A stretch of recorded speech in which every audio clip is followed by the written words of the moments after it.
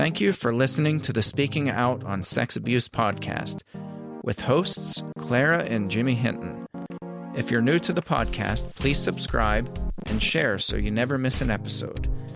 Android users can find us and subscribe on your Play Music app. Apple users can find us and subscribe on Apple Podcasts. You can find us on Stitcher. You can follow us on Spreaker.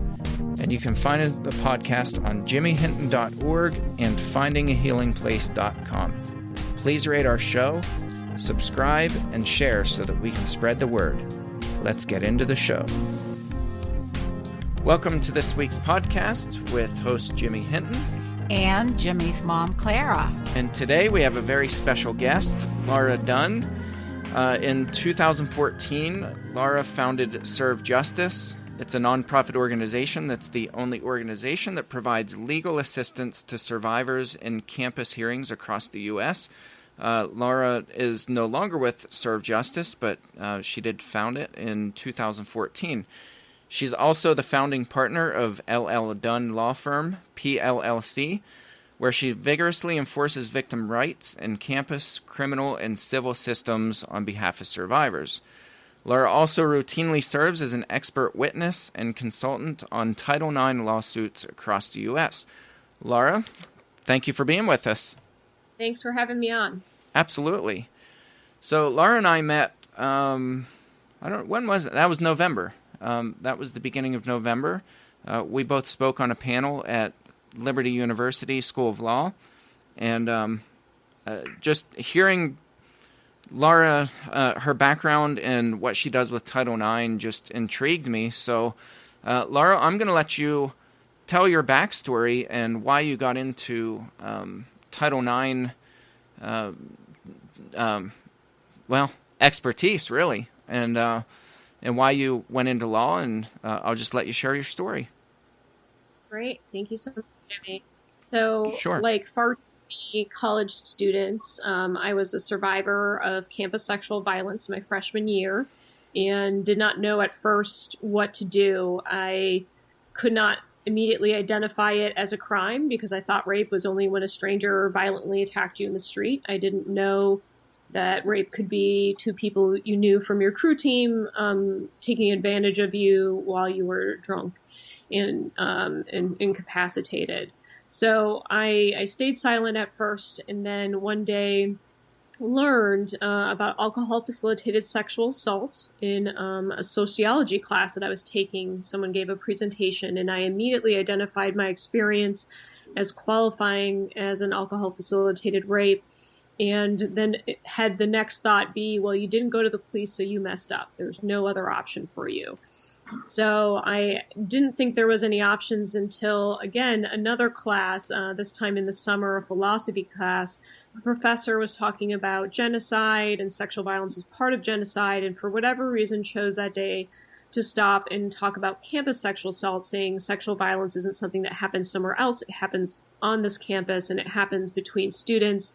It has happened in my classroom.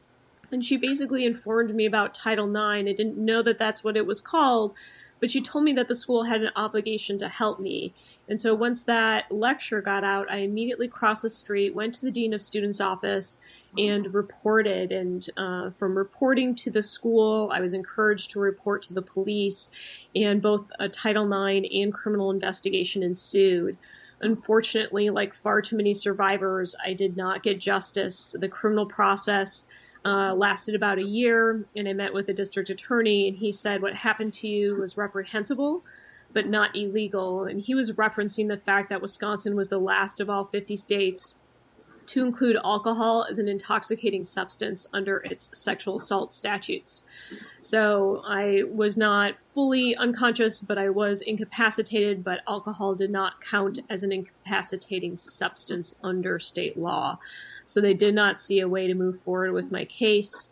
And with the Title IX matter, that actually had resolved before the criminal matter, which I found unusual. And they did not give me any written result. They just verbally said consent was moot, and we determined he was drinking, you were drinking. there is no way to determine consent in that situation, which is obviously a cop-out and not really how you investigate sexual misconduct, especially since there were two men, not just one, that were assaulting me at that time. So I was infuriated by this process, and for whatever reason, just decided to fight for myself. I spoke out publicly, at first using the name Sarah in the local paper and calling out the school for failing to do anything. And then once the state law changed in June 2006 to include alcohol as an intoxicating substance, I spoke out using my name, using my face, using my story. And from doing that, an advocate all the way across the country named Daniel Carter, who worked at what was then called Security on Campus and is now called the Cleary Center for Security on Campus, reached out and told me about Title IX again. And this time that I could file a complaint with the U.S. Department of Education. So I filed a complaint against the University of Wisconsin, and it was immediately rejected because the assault did not happen physically on the campus. It was 1 block away in a house owned by a UW employee and rented to UW students. And so Security on Campus helped me appeal, and it was reopened. And then 2 years later, the outcome came. And yet again, like far too many survivors, I did not get justice. At that time, so few people even knew to file a Title IX complaint. I think my complaint was one of 33 that had ever been filed, and it was under the Bush administration, so it was not meaningfully enforced, in my opinion, at that time. So they said there was no violation of my rights, and I basically gave up at that point. I had graduated college. I had moved on to do Teach for America in post-Katrina New Orleans, and I was just disgusted that every avenue of justice was closed to me. And then out of nowhere, I got a phone call from Daniel Carter saying, I know you're done, but there's a journalist, and she's trying to look into campus sexual assault, and we really would like you to speak to her. Could you do this for us? And so because he was so helpful, I decided this will be the last thing I do on the issue of campus sexual assault. I'll talk to this journalist, then I'll go on living my life. And it was the exact opposite. Once I spoke to that journalist who worked for the Center for Public Integrity, that series that is still accessible today on campus sexual assault went national. NPR picked it up and partnered with it. It won several awards for kind of cutting edge investigative journalism and covering the topic of trauma. And before I knew it, I was pretty much on the radio all across the country sharing my story. And because of that, was invited to the U.S. Department of Education's Office for Civil Rights in the Washington, D.C. area and advised on what became the 2011 Dear Colleague letter. And I'll kind of take a little pause here because my story keeps going from there, but the 2011 Dear Colleague letter is a momentous moment in Title IX. I mentioned before only about 33 people had ever figured out to use Title IX to complain about sexual harassment or assault claims. And once this Dear Colleague letter was issued by the Office of Civil Rights with kind of fanfare from Vice President Joe Biden at the time, over 300 Title IX complaints were filed. So it was really a watershed moment. Yes, informing students Title IX applies to sexual harassment and violence. One of the biggest things the 2011 Dear Colleague letter said was schools cannot defer to the criminal system. They have to act while the criminal system may be underway because students need support to stay on campus accessing their education. So really big moment. And I was there actually on the date that the 2011 Dear Colleague letter was announced. Again, I mentioned it was by Vice President Biden as well as the Education Secretary Arne Duncan at the time. And I had not realized this, but I called my mom the night before and was saying, wow, this is such an amazing opportunity. I'm a VIP guest of the Vice President, and this change is happening. And she said, you do know that it's the 7-year anniversary of what happened to you tomorrow. Wow. 7 years to the exact day of my assault.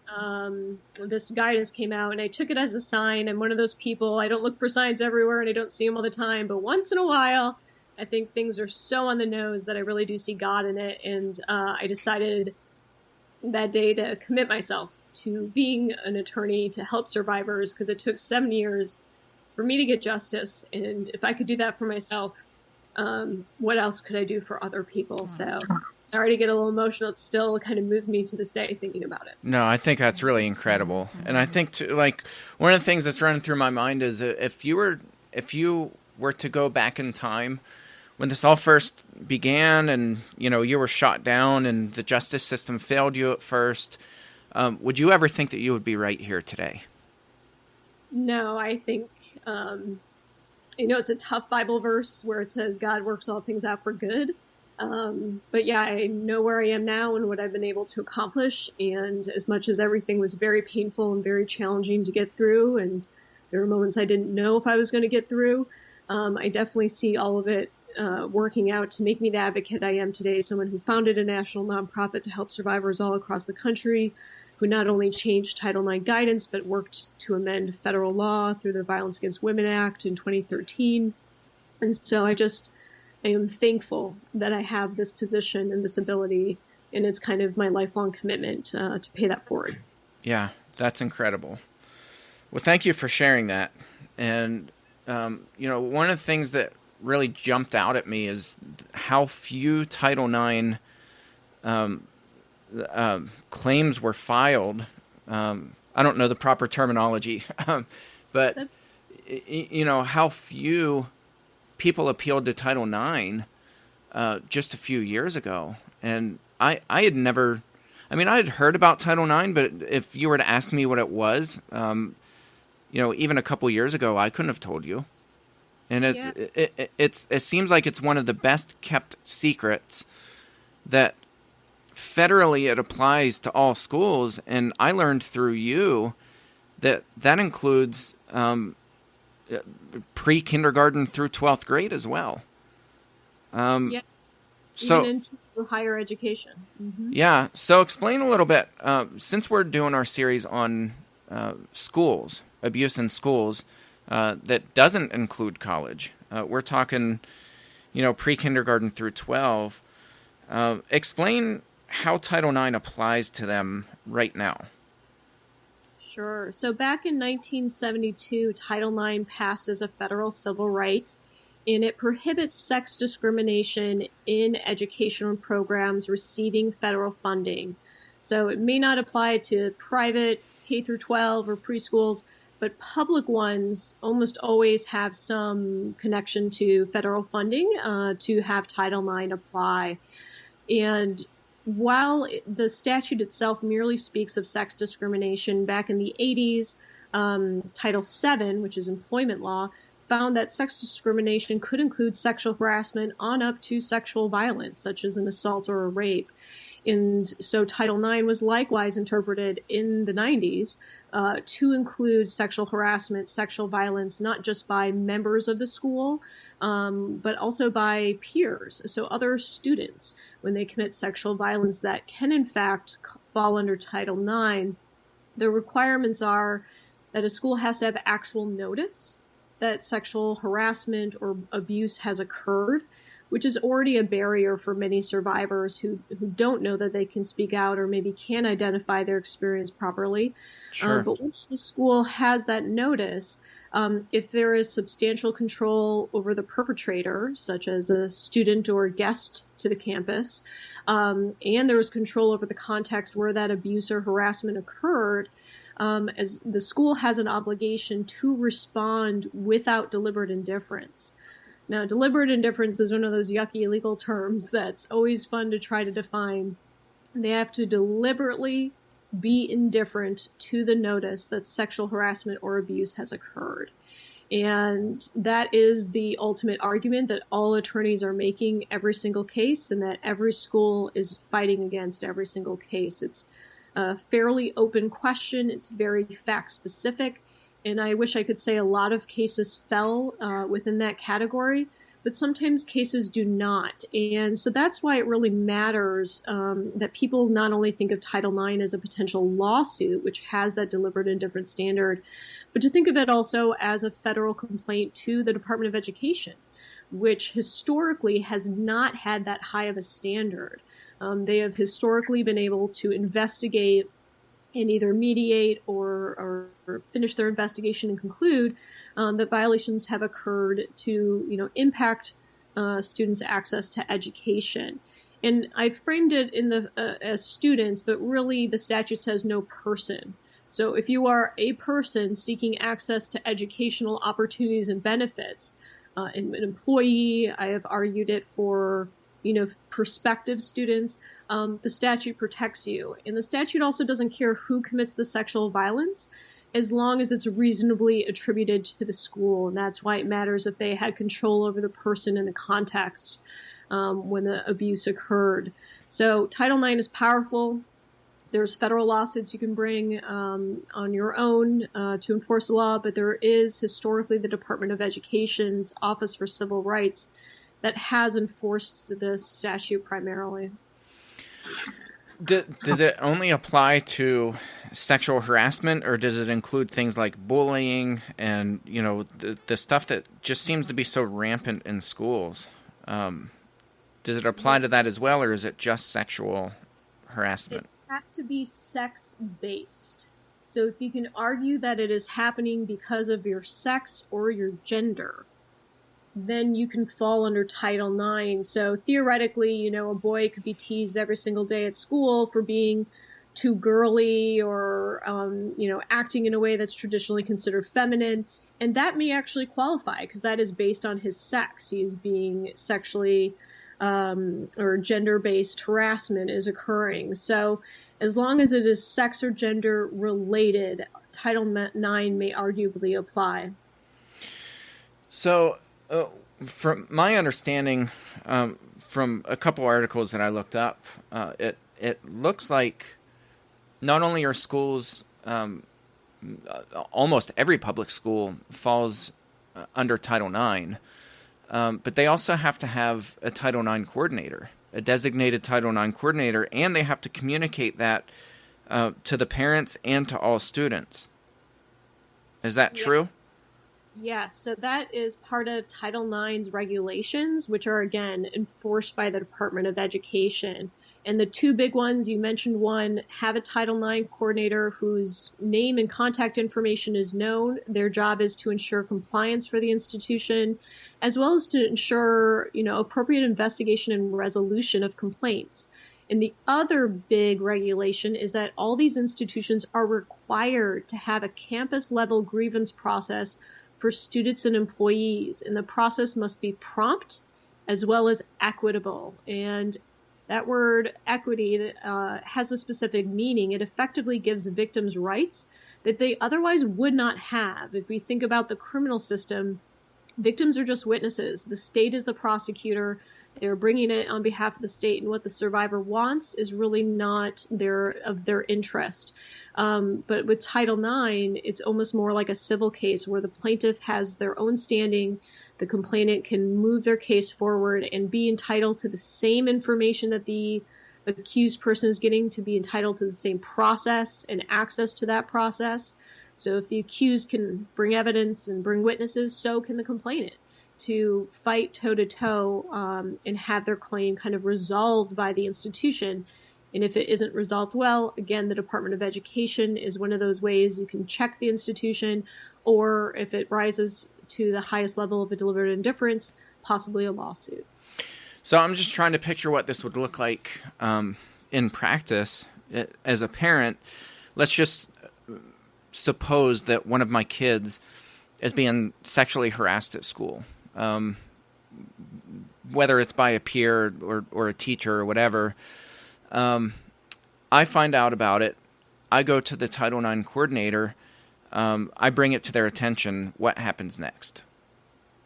Well, what should happen is that the institution should take the complaint seriously and investigate to determine whether it can resolve the complaint one way or another. So there has to be sufficient evidence, because there is a burden of proof on the complainant. But if there is sufficient evidence, ideally the school will remedy the situation.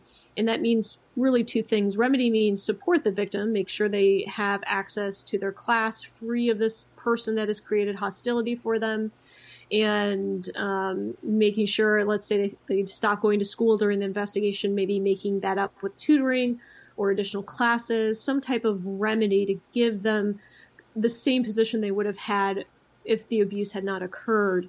And the other part of that is obviously having a penalty for the person who's committed the offense. Title IX doesn't have like a clear standard, but what I always argue is it does have to remedy the hostile environment. So if the sanction is a slap on the wrist and they're sitting right next to the student the very next day in class, I would argue that that's insufficient. But that's why it's really important, if your student is going through the process, to think about getting legal assistance. I think far too often people think, well, the system is meant to work. It will work for me. And I can't tell you how many times that is not true. I literally wouldn't have a career if that was true. So making sure the system works for you, that's the job of an attorney. And even if you just check and get basic legal advice before trying to access it yourself, you'll be in a better position than if you try to navigate it without support. I mean, that's what happened to me on campus. I did it without any legal support. And only after the fact did I realize how different things could have been had I known the game, had I known my rights. Yeah, this is all fascinating to me because, the first time that I even knew that public schools fell under Title IX was in talking to you just a couple months ago. So I can tell as somebody who has a fourth grader, a kid who's in kindergarten rather, and another kid who's about to go into kindergarten. I've never been informed as a parent by my school district. Not a word about anything Title IX. My kids who are students at the school, I asked them, obviously if I say, hey, do you know what Title IX is? They're going to say no. But I said, did the school ever explain to you that if somebody's harassing you or treating you or mistreating you or trying to look at your privates or anything like that, did they tell you who you need to go talk to?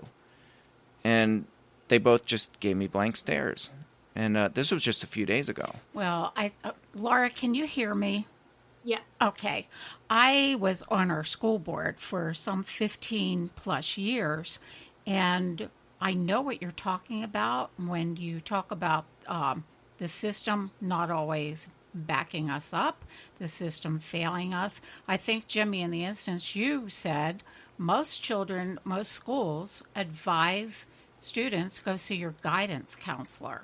Mm-hmm. And as far as Title IX being made known, those booklets that are sent out at the beginning of the year? Yeah, the handbooks. Student handbooks. There is always some kind of just a statement saying that we are part of Title IX, or Laura, you would know the legal term for that. But how many of us read that? I know I used to get those things and pull out the lunch menu, make sure I had money in for you kids, for your lunch money, pull out picture day stuff, and the rest got tossed in the garbage. But the schools will no doubt say, we've carried out our part. We've alerted parents that we are part of Title IX. Well, what's interesting is they've not informed the students, because I asked my own kids. Right. Did they ever tell you who you go to? And I gave them a scenario. I said, suppose your teacher is somebody who's harassing you or sexually harassing you. Who do you go to? We're told to go see and they the said, guidance well, counselor. We don't know. Yeah, they said maybe the principal. So to me, that's a little bit frightening, and I have a vested interest in this.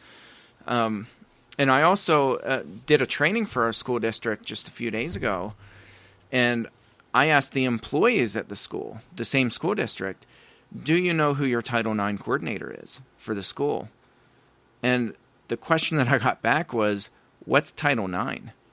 These are employees. These are employees of the school. Employees are told to go before the school board. Yeah. So if I can weigh in, I mean, Sure. You're absolutely right. The handbook probably has a non-discrimination policy saying we do not discriminate on the basis of sex. Right. Unless you're a lawyer, you probably don't know that means we address sexual harassment and sexual assault. And that's why the 2011 Dear Colleague letter was so important. It was largely targeted at higher ed, but it said unless it says otherwise, it also applies for K through 12. And it was making clear that that any policy needs to be age appropriate, right? So a kindergartner isn't going to know that a prohibition against sex discrimination means that, yes, if their teacher abuses them, they have the right to say something and do something. So really, the guidance from the Department of Ed used to assist schools in understanding Title IX applies to these situations, how to make sure your students know about it. One of the biggest challenges, though, is that, as I mentioned, the civil standard is actual notice. So because it's not constructive notice, like know or should have known, the schools actually have a very perverse legal incentive not to know, because it's only when they know that liability attaches. So if they remain ignorant and no one comes to them and no one knows where to go, that's actually the safest for them, legally speaking. Now, I think we as human beings think that's a horrible idea and a horrible incentive, and would want our students and our parents and everyone to know and report sexual violence right away. But that's the tension between kind of the way the law has been interpreted by the U.S. Supreme Court and what would be best for society. So a lot of school districts do not have Title IX coordinators. If they do, they're sitting in the state-based Department of Education, and no one knows who they are. So there is a lot of work that needs to be done on K through 12. Under the Obama era, there was a White House task force to protect students from sexual assault. It was very higher ed focused, but right at the tail end, they were starting to give guidance for K through 12, realizing that they were so far behind on Title IX. Like you said, most people don't even know what it is. Most districts don't have a Title IX coordinator. Most of them don't have a policy that would make it clear that sexual harassment or violence is, in fact, covered by their prohibition against sex discrimination. But all those efforts, unfortunately, ceased with the new administration coming in. And while I definitely don't want to make your podcast political, I will say that the recent developments coming from Secretary DeVos and this current administration, in my mind, are rolling back a lot of the protections that we fought for, which is deeply unfortunate because we are only seeing more and more how prevalent, especially child sex abuse is.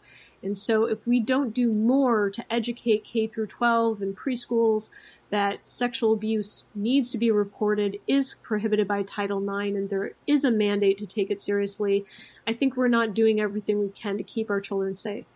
No, I totally agree. And we were talking about some of the statistics in the schools and how just in recent years, school abuse by school teachers has increased dramatically. And a lot of people want to argue, well, we have better reporting and better training that gets people to report it. And I make the argument that we may see a little bump. Look at Pennsylvania. In the wake of the Jerry Sandusky stuff, we have Act 126 and all this legislation that requires mandated reporter training and increase the penalties for mandated reporters who don't report, on and on and on. And if you look at the statistics that come out of the governor's office, you've seen just a tiny, tiny little bump in substantiated cases of abuse. It's insignificant, I think, for the amount of legislation that was passed. And I always make the argument, you can't make abuse more illegal than what it is. You can only enforce laws that are already in place. We can do that better. And, Texas saw a 37% increase in the numbers of school teachers that got arrested from 2016 to 2017. Pennsylvania is a pretty close second. We're seeing more and more and more and more teachers that are blatantly abusing the kids. And just in my own school district, where my kids go to school, we just settled a $5 million federal lawsuit back in 2018. And that was a school teacher who abused one of the students. So on and on and on. It's all over the place. And I think from a preventative standpoint, if we really took Title IX seriously, all the things that you describe, and if my kids knew that if anybody ever sexually harassed them, and if they could define that, and if they could have one person that they knew was the go-to person to talk about being sexually harassed, be it by a peer or a teacher, I think a lot of people would think twice about abusing so blatantly. It is so incredibly common in the schools. Mm-hmm. Yes, I think there is a lot more we can be doing. And so for non-lawyers out there who are like, what can I do? I think, step one, as simple as it may seem, is awareness. I did not know that what happened to me on campus qualified as a crime because I had such a stereotype of what rape was. And I was an adult at that point. Imagine a child who does not know anything about sex, sexuality, maybe not even be informed about their own bodies and their private parts, and them having to be stuck trying to explain to adults something that they don't even know how to begin to describe. So awareness is essential. Age-appropriate consent education is part of awareness. So teaching people, even if it's something as simple as a hug, to ask first.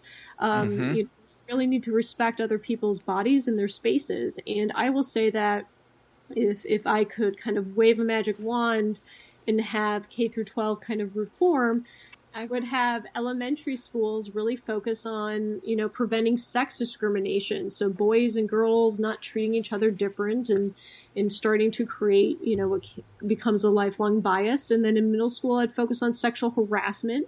So not making fun of other people's bodies or behaviors or, that's unfortunately the time, be it too early in some people's minds or not, that people start, exploring sex and sexuality or their bodies.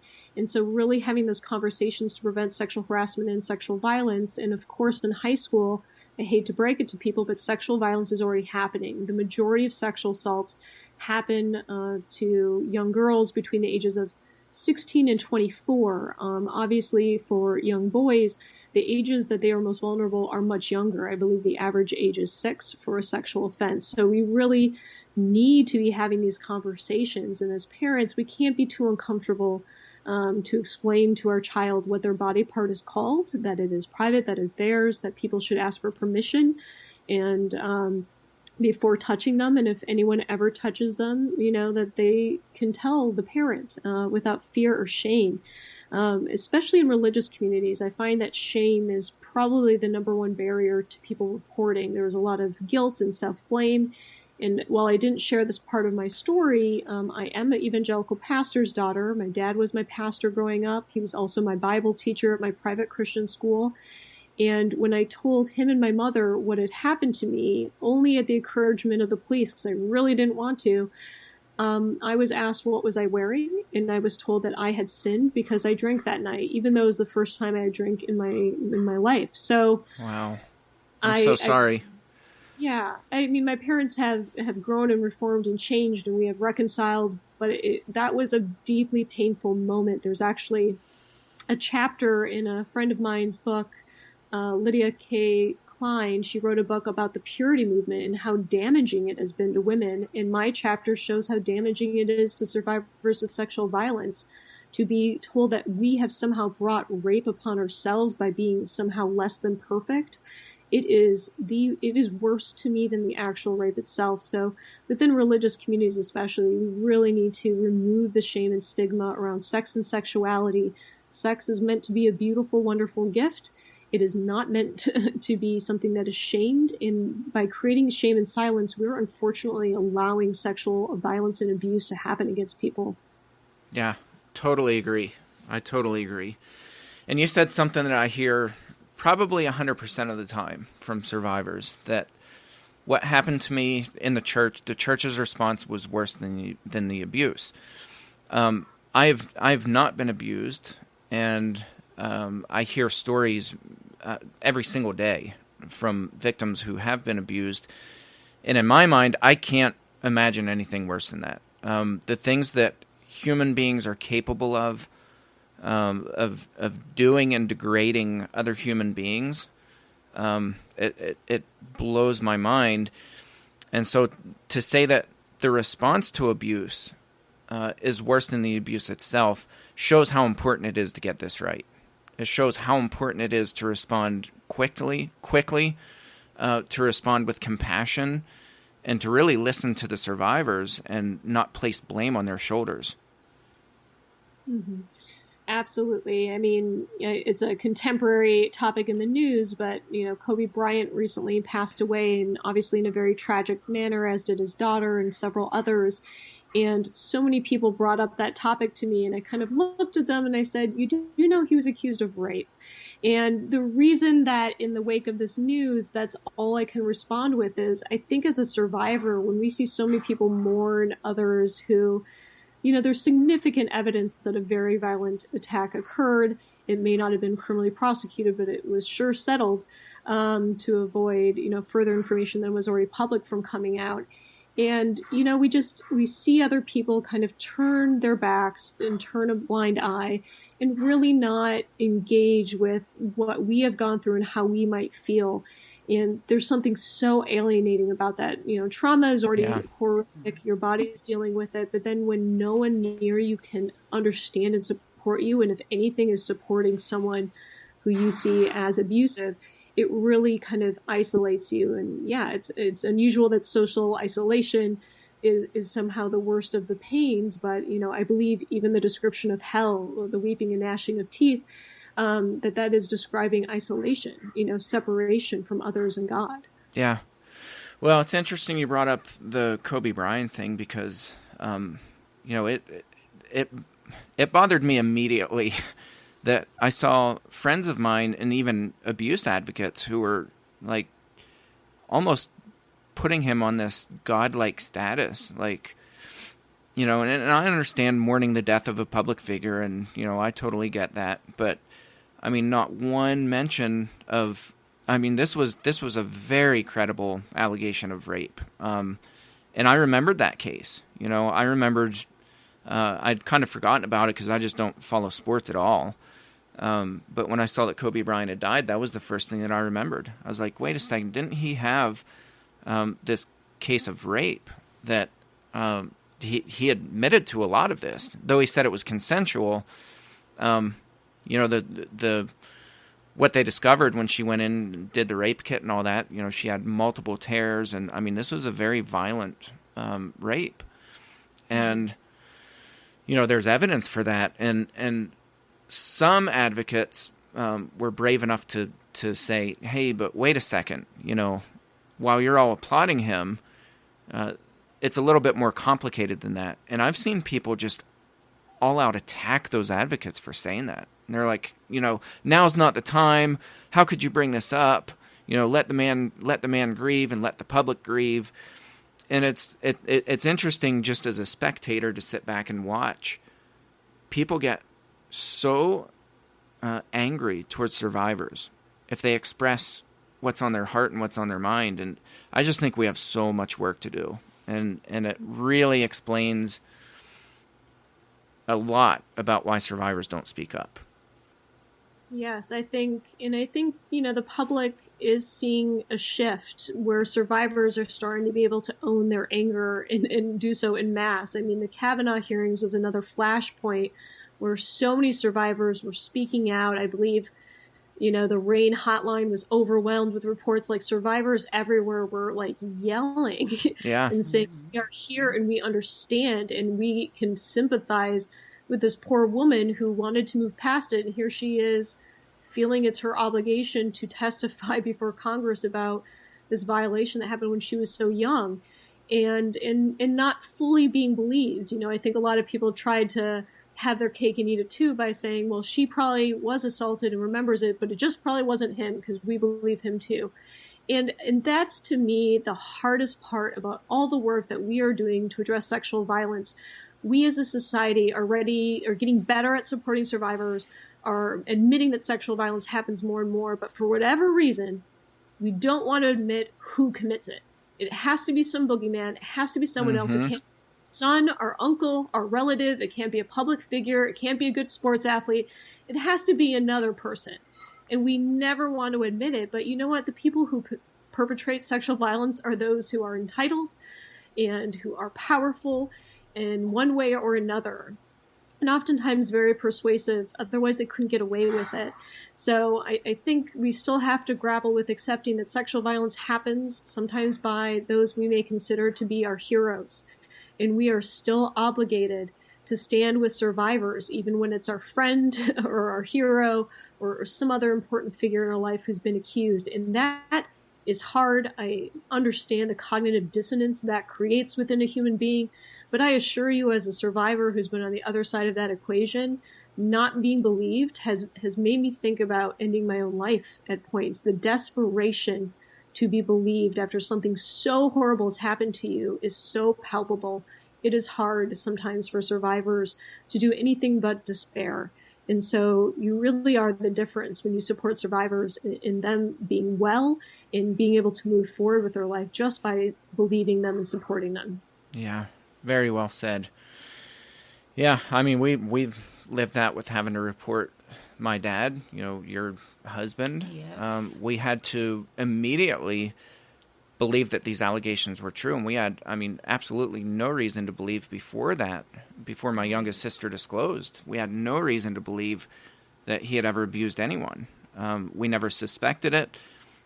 We had never heard an allegation before, and all of a sudden, out of nowhere, here comes this allegation. And, fortunately, we had, I think, probably as hard as that all was, the best of all worlds, that Alex was believed.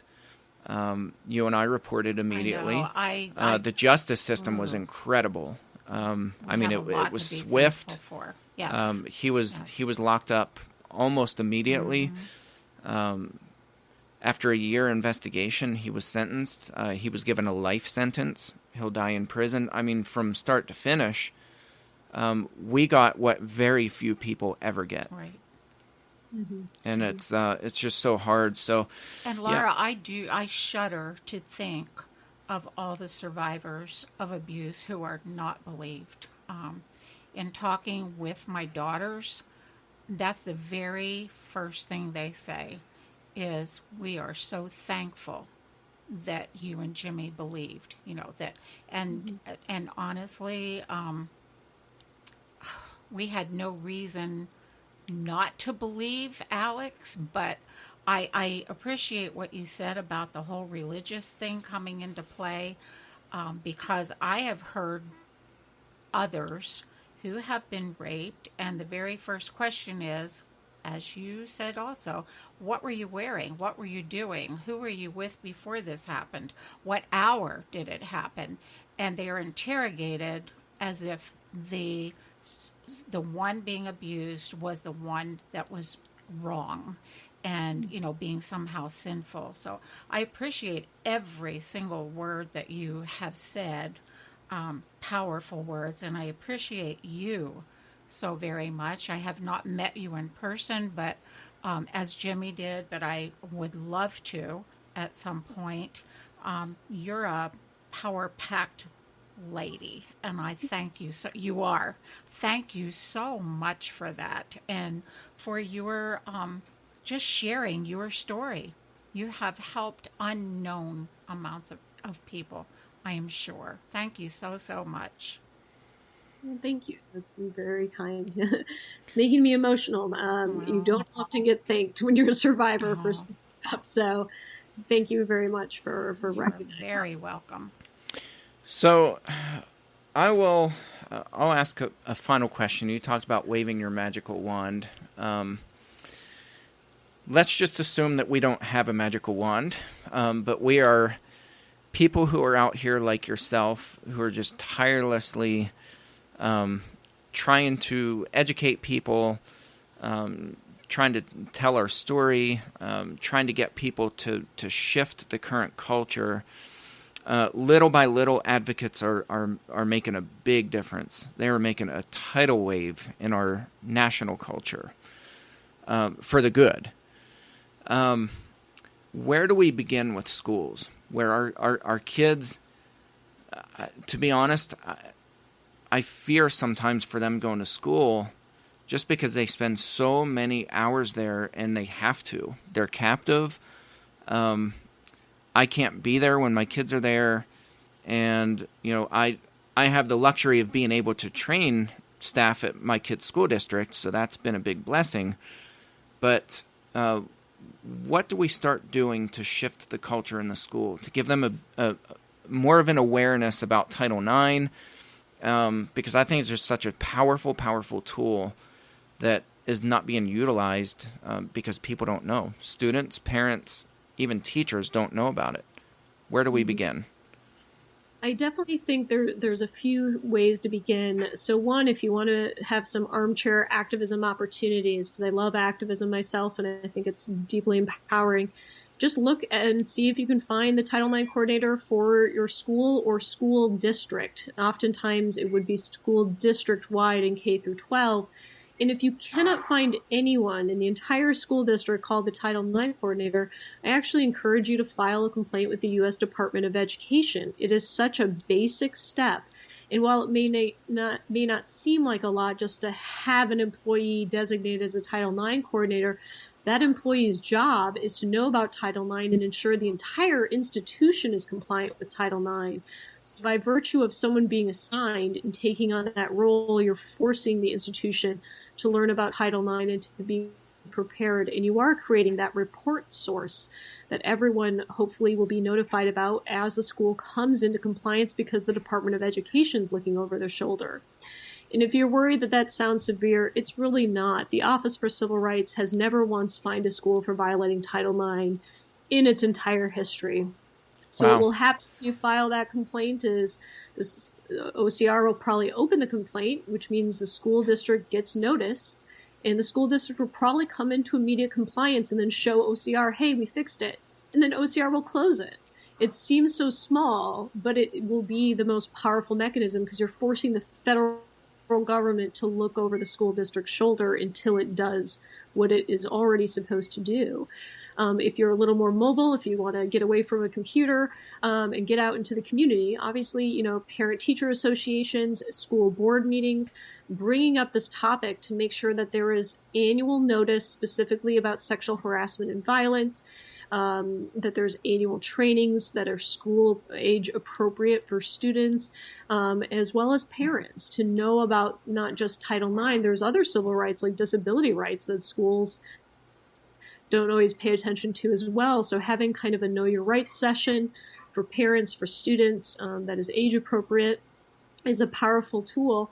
And, if you are unfortunate enough to have one of those cases come up at your school, there are advocates like myself and you all that can come in and do trainings, or if needed, bring lawsuits. No one wants a lawsuit. Trust me, as a lawyer, I hate dealing with lawsuits. If I can fix it without a lawsuit, I will, because it saves everyone time, energy, money, stress.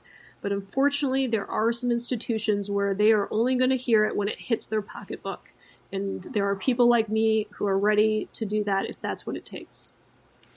That's incredibly helpful advice. Love that. And also, Laura, when I served on school board, and it still is now, our school districts have a school solicitor. So we can actually, as parents, as I'm listening to you, contact our school solicitor through the school board and have that solicitor present Title IX and being compliant with that. So that's another avenue also that I think would work. Yeah. It's great. Very cool. Well, Laura, I'm going to wrap up here on this episode. I just want to thank you again. This has been incredible. It's been wonderful. It's very educational, very good. Thank you for what you're doing. Thank you for fighting so hard and for taking a personal stand against abuse. And I don't know. I agree with Mom. I think you are helping thousands and thousands, if not tens of thousands of people by what you're doing. Yes. And we personally thank you. Thank you. And thank you for having the show and shedding a light. I mean, you all should be commended for people who did believe survivors and take the right steps. And while you said your story may not be the common story and may have perfectly aligned, I mean, I think God blesses advocates with different stories. For me, I was supposed to be denied justice to make me who I am, and for you all, you were given justice so that you can show people it's possible. So thank you for your gifts. Absolutely. Well, to our listeners, thank you for tuning in. We'll catch you next episode. Thanks again for listening to today's episode of the Speaking Out on Sex Abuse podcast. Thank you to our patrons who make this podcast possible. If you found it helpful, please follow on Spreaker, Subscribe on Google Play Music, Apple Podcast, or Stitcher. If you believe in what we do, consider supporting the podcast by becoming a patron, and check out the cool rewards our patrons receive. Share with your friends and tell the world. Join us in speaking out on sex abuse so we can change the tides and prevent abuse.